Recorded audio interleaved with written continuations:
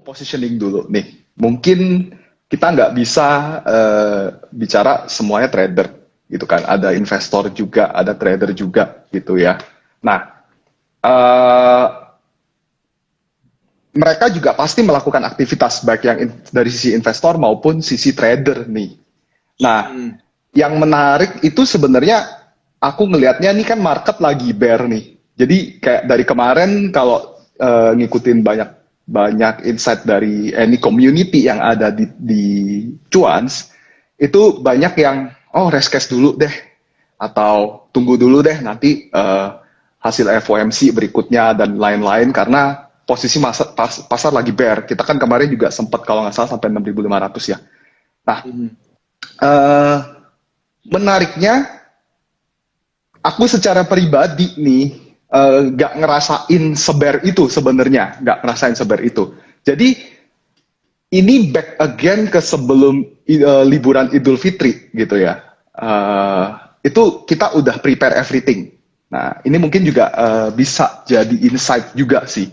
Sebelum liburan Idul Fitri itu aku selama 1 minggu pas mau liburan itu benar-benar focusing on bacain makroekonomi. Karena kan kita libur tuh 10 hari ya. Libur 10 hari itu deg-degan banget gitu posisinya. Bener-bener deg-degan banget deh. Kalau kita posisi full porto itu deg-degan. Tapi kalau posisi full cash ya udah libur.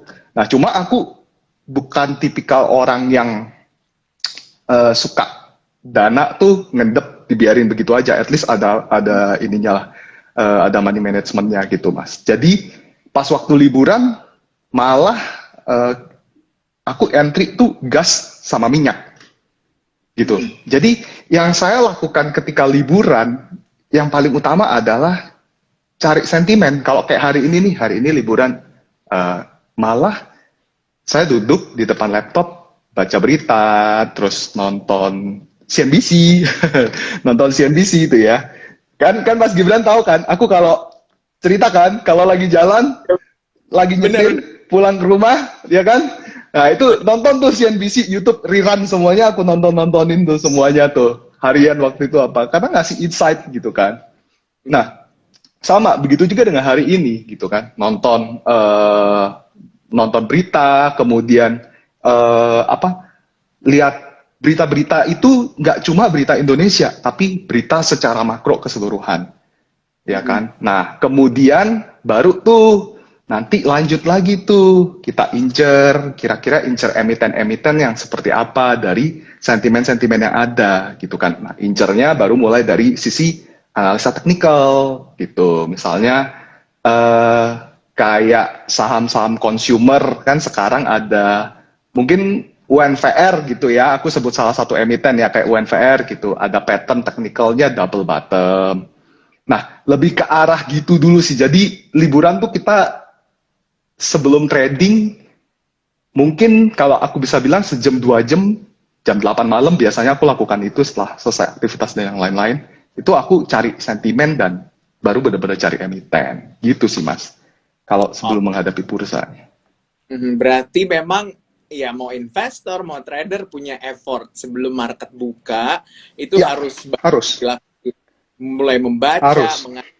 dan segala macamnya. Nah, buat teman-teman nih yang mau bertanya kepada Mas Kevin, saya persilakan ada kolom Q&A di bawah, nanti saya bisa bacakan. Jangan lupa juga ada giveaway Rp300.000 buat kamu yang ngepost di Instastory kamu atau Instagram story kamu, stock pick cuans kamu, dan juga Instagram live malam hari ini, dan juga jangan lupa untuk mention ke @joincuans. Oke, kita bicara satu-satu Jangan nih lupa ya, Mas. download. Jangan lupa download nih. Oh iya, Sorry, oke. kelihatan nggak? Jangan lupa download aplikasi Cuans. Saya taruhnya di iPad saya buat cuans. Nah, kalau kita ngomong tentunya ya, ini sambil saya lihat di iPad ya, kalau kita ngomongin trading atau investasi atau mau masuk ke market gitu kan, ini kan banyak banget nih faktor-faktor yang bisa dibilang jadi pendukung, mulai dari komunitas, terus juga informasi, terus analisa dan segala macamnya. Mungkin kalau yang pakai cuan seperti saya dan juga Mas Kevin gitu kan, ini tuh kita bisa Yoi. lihat teman-teman kita yang ada di Cuans ini naruh stop pick mereka. Itu kan salah satu ya bisa dibilang Yes.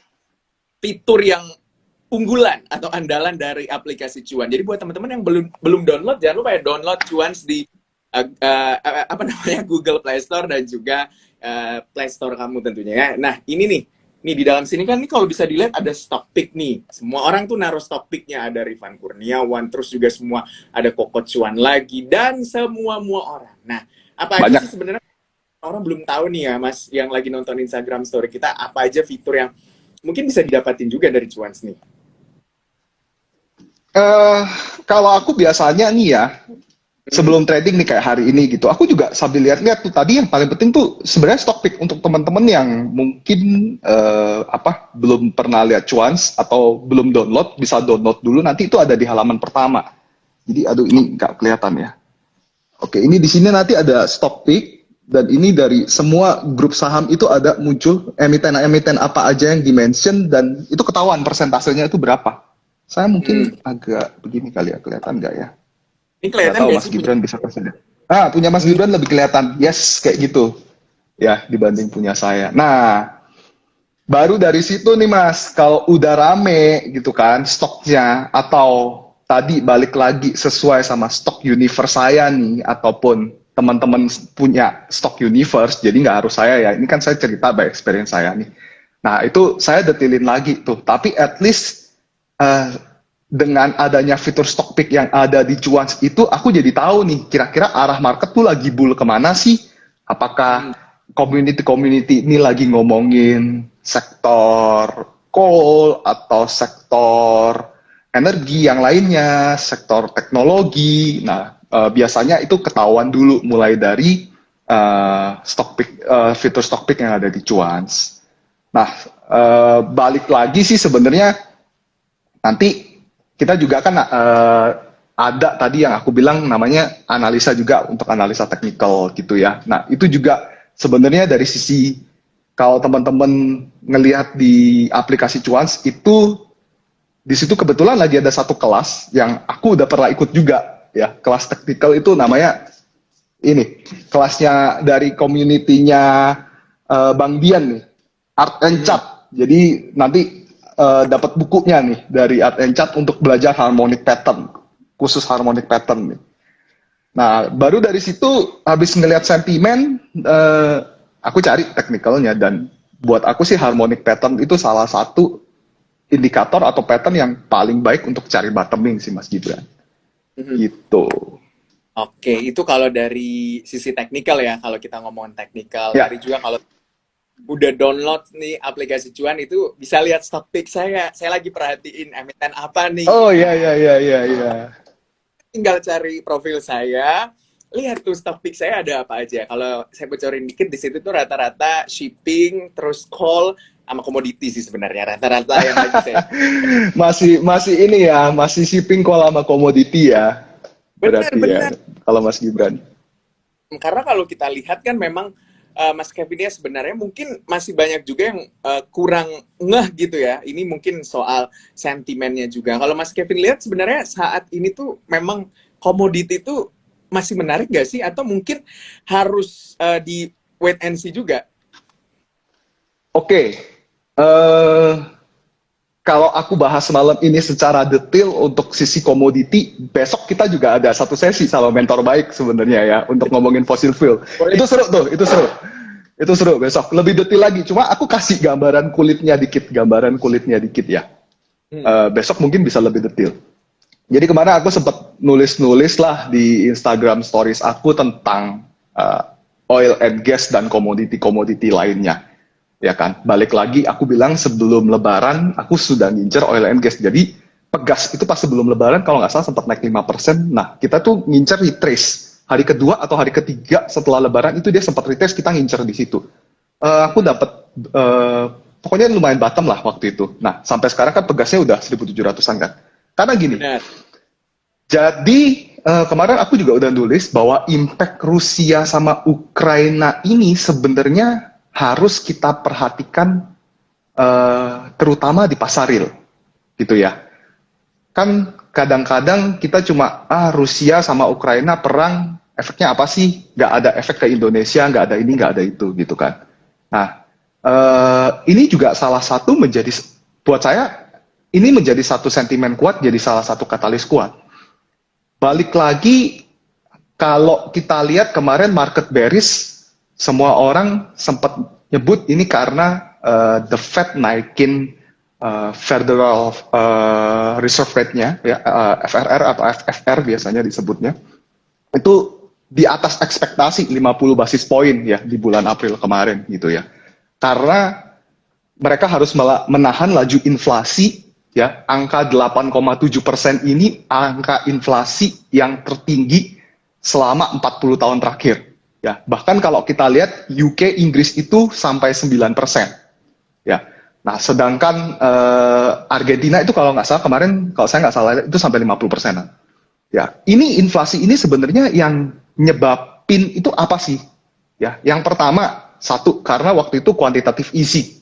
Ketika pandemi COVID itu the Fed US itu cetak uang kasih apa ya? Kalau di Indonesia BLT ya. Kalau di Indonesia BLT, kalau di sana ya bantuan gitulah ya. Mereka kasih insentif gitu ke rakyat-rakyatnya. Artinya akan ada spending di sana. Nah, setelah ada spending di sana, spending itu akan memaksa untuk apa? Inflasi. Kalau inflasinya masih kecil dan terkontrol 4-5%, it's a good inflation kan, Mas Gibran?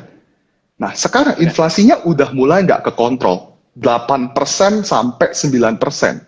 Ya, 40 tahun yang tertinggi dari 40 tahun terakhir. Akhirnya, the Fed yang tahun lalu masih nganggap bahwa, oh, inflasi ini tuh masih inflasi yang santai lah, inflasi yang sederhana, gitu kan. Itu nggak nyangka kalau inflasinya itu udah malah jadi hantu. Dan hantunya itu yang lucunya itu bukan karena demand-nya yang naiknya gila-gilaan, tapi demand-nya tuh sebenarnya nggak terlalu naik tetap, tapi supply-nya yang turunnya gila-gilaan, Mas. Nah, kalau teman-teman baca berita juga nih, kayak misalnya kemarin Europe itu lagi mau embargo minyak sama gasnya Rusia, ya. Nah, sedangkan minyak itu salah satu penghasil terbesarnya di dunia itu Rusia, meskipun mereka sour oil ya, ya. Jadi oil yang sedikit berbeda, dan itu tidak bisa diolah sama Indonesia. Makanya kenapa Indonesia akhirnya nggak memutuskan nggak beli gitu kan. Nah, tapi detail untuk minyak seperti apa mungkin kita bicara besok. Aku lebih ke arah makronya aja nih. Nah,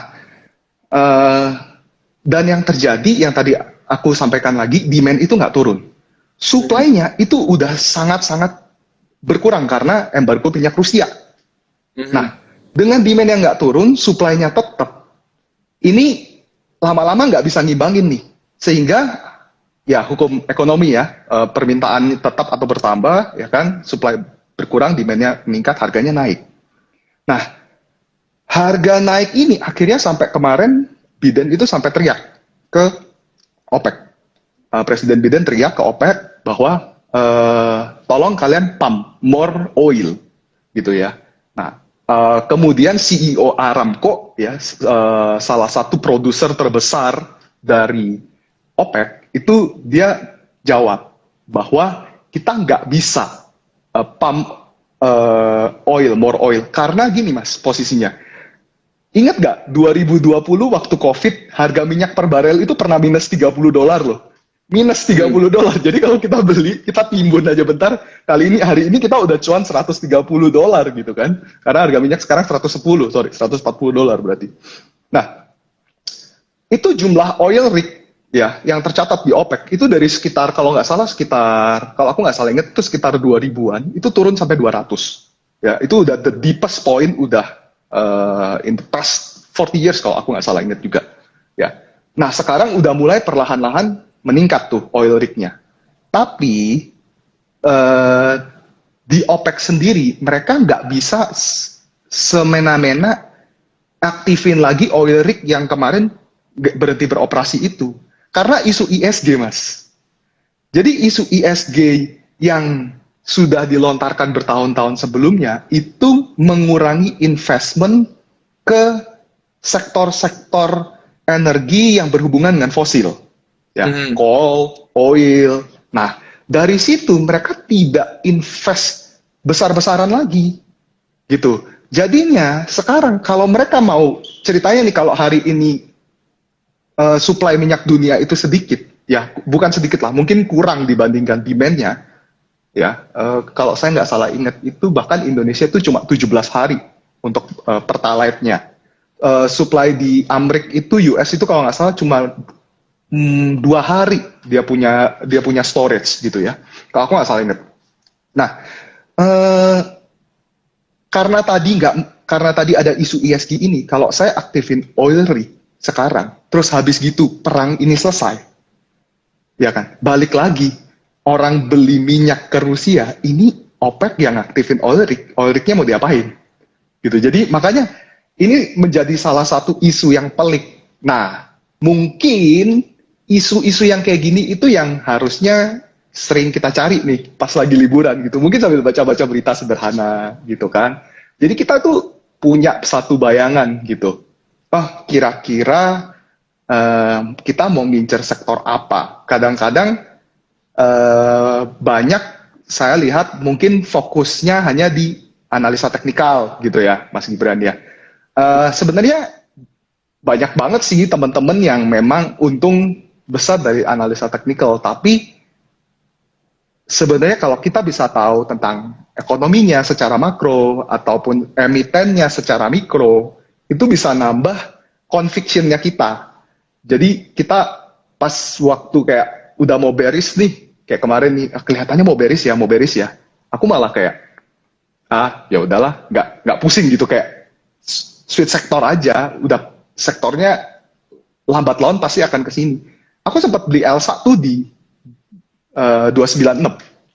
Terus averaging down di level 280-an, dia sempat turun waktu setelah lebaran. Ya, ya posisinya sebenarnya kalau dihitung per hari ini, kemarin closing tuh sempat di 298 apa 296 ya. Kemarin sempat 304. Ya, idealnya sih untung, dan MEDC sebenarnya aku juga tertarik gitu kan, kalau tadi ngelihat isu secara makronya gitu ya. Karena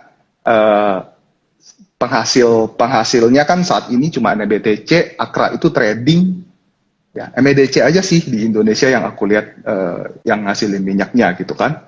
Nah, cuma MEDC ini kemarin kebetulan kena ini Mas, kena tato, dia kena notasi khusus karena belum nyampein laporan keuangan gitu.